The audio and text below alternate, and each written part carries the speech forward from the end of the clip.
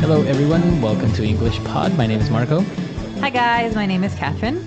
And today we're going to be looking at another lesson as part of our sports series. And this time, well, it's a debate. Is it a game or is it a sport? Oh, it's a sport. You have to work your mind. Yeah, so we're looking at chess, a very old, very popular sport, very difficult to play as well. It takes a lot of practice, and believe me, it's frustrating at the beginning, and I'm still kind of in the beginning, intermediate stages. But yeah, it takes a lot of practice, and it takes a lot of time to familiarize yourself with the rules. Right. So we're going to be learning a little bit more about the pieces and the rules today. Okay, perfect. So we're not going to preview anything. Let's listen to the dialogue for the first time, and then we'll come back and talk about the sport.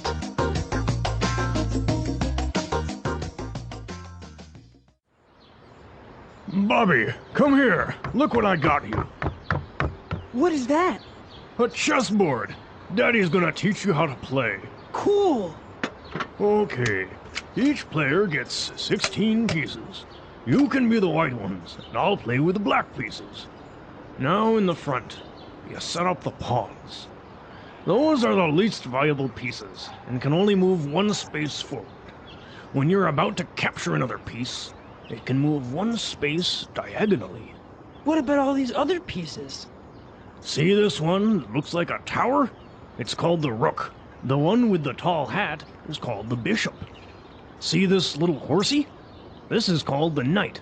It's a very important piece, so it's best not to let your opponent capture it. And these two? They are husband and wife. That's right. That's the queen, and that's the king. If the other player captures your king, he will say, "Checkmate," and the game is over. Doesn't this sound fun? Nah, this sounds boring. I'm gonna go play Killer Zombies on my PlayStation.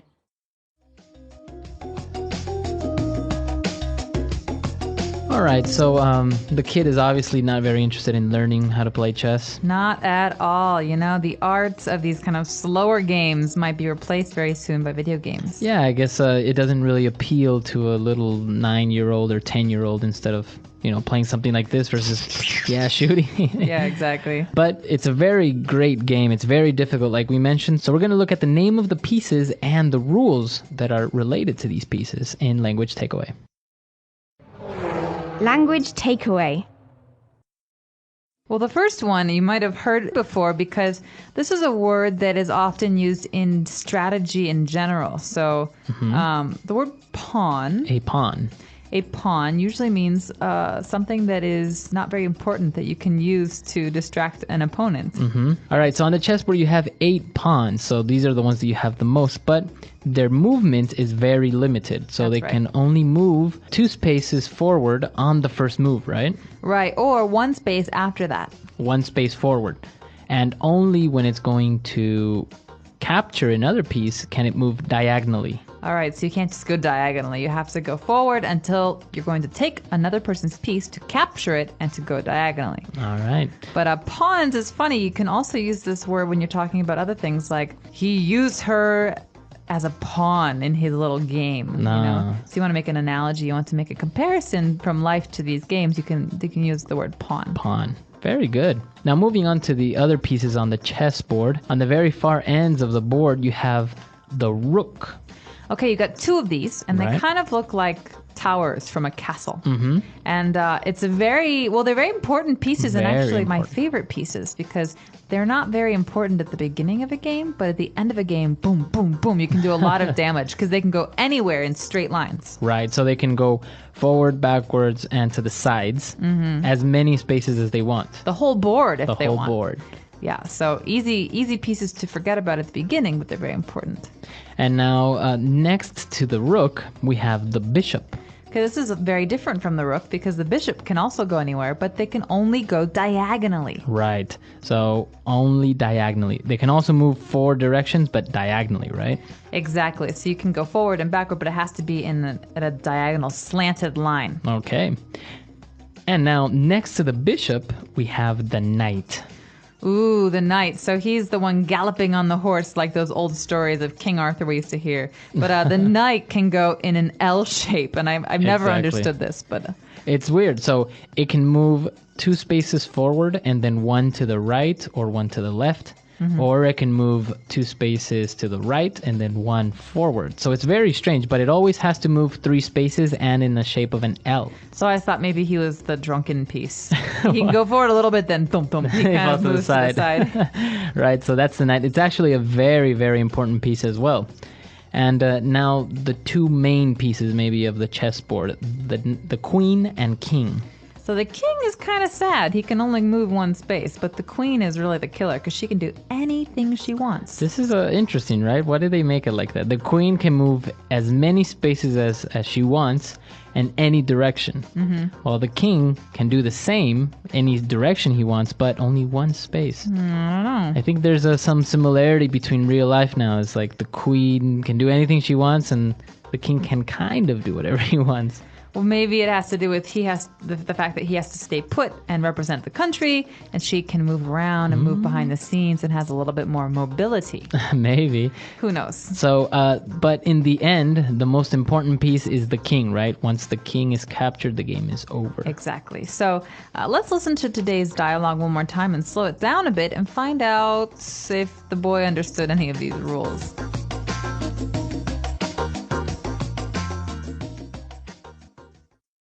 Bobby, come here. Look what I got you.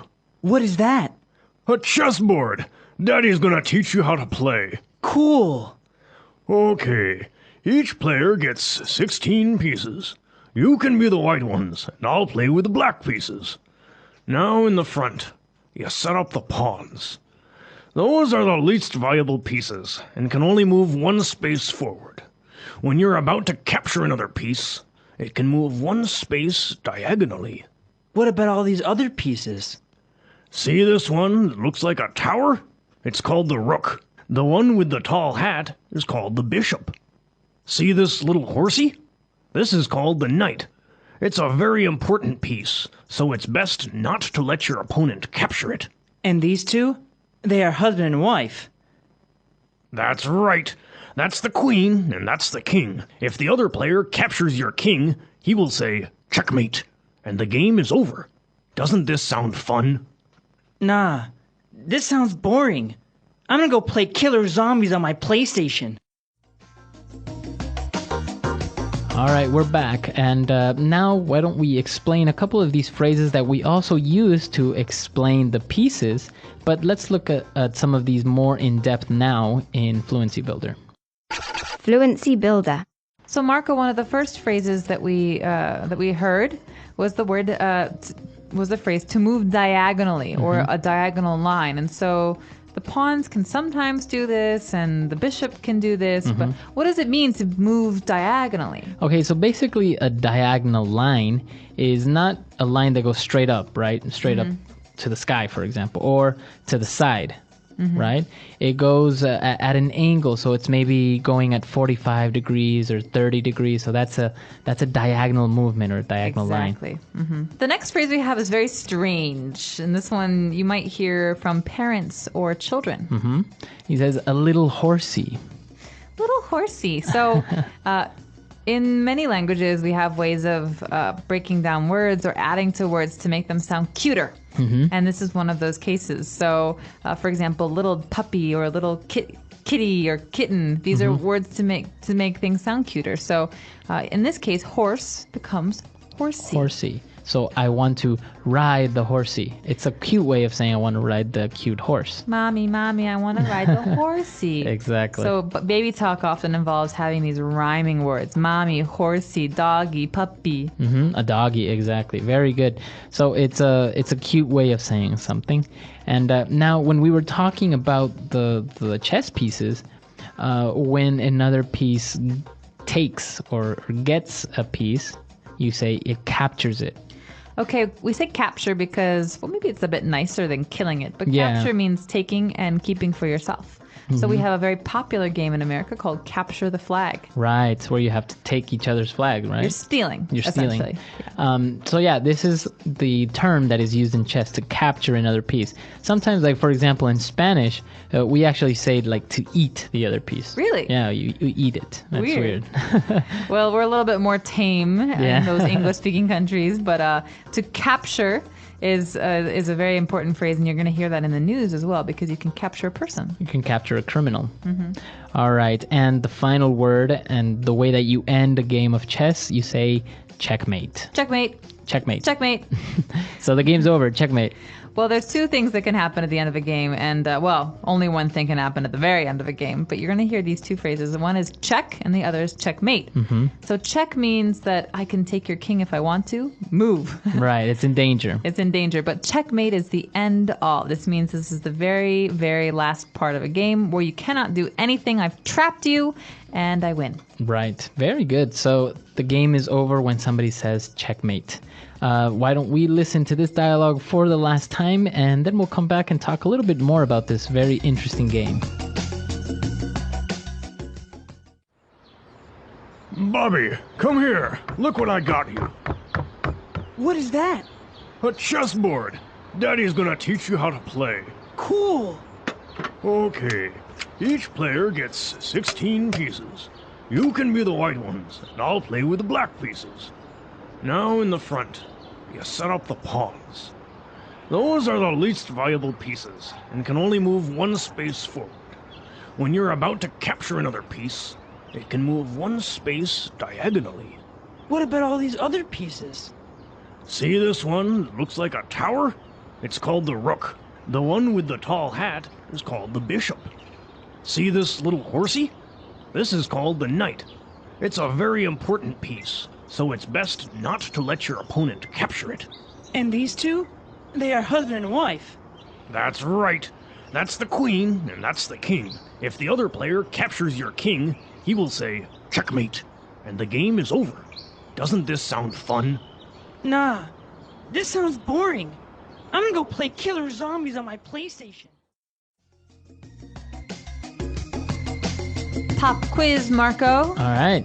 The word check and the word mate. They both have meanings in English, but put together, where does this phrase come from? What could it possibly mean? I have no idea.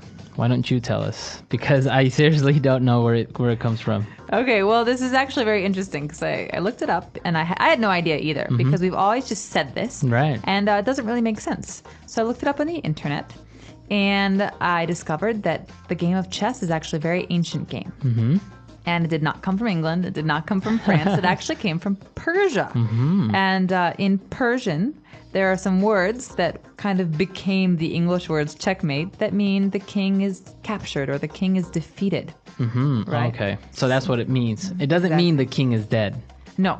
It doesn't mean that he's dead. It means that he's been taken. Okay. And so over time, the Persian word went into Arabic, and Arabic became French and English, and then now we say checkmate. Checkmate. Okay, interesting. This is a very interesting word, and I'm sure everybody that's listening has a different translation for it in their own language. I know, for example, that in Spanish, we would say jaque mate. Jaque mate. Right. So I guess like jaque is something's in check, it's in danger, and then mate kind of like kill. So maybe it's probably not translated properly because as you mentioned, it should mean defeated or captured, not killed. So listeners, why don't you let us know how you say checkmate in your language? Come to our website, EnglishPod.com. And also tell us if you have questions about the things we talked about today, or if you want to share some stories of your own chess victories. Please get in touch with us on our website. Otherwise, you can email us at EnglishPod@praxislanguage.com. But until then, have a great day. Bye, everyone. Bye.